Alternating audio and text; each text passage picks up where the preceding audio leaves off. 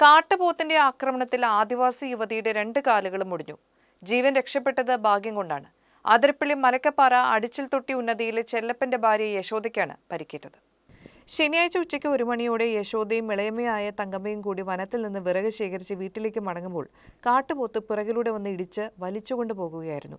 കാലിന് പരിക്കേറ്റ യശോദയെ തങ്കമ്മ കുറച്ചു ദൂരം എടുത്തുകൊണ്ടുവന്നതിനു ശേഷം ഉന്നതിയിലെ ആളുകളോട് വിവരം അറിയിച്ചതിനെ തുടർന്ന് സ്വകാര്യ ജീപ്പിൽ ആനമല റോഡിലെത്തിച്ചു.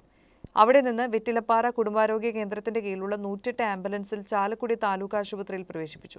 മാസങ്ങൾക്ക് മുൻപ് ഈ ഉന്നതിയിൽ സെബ്ബാൻ എന്ന യുവാവ് കാട്ടാന ആക്രമണത്തിൽ മരിച്ചിരുന്നു.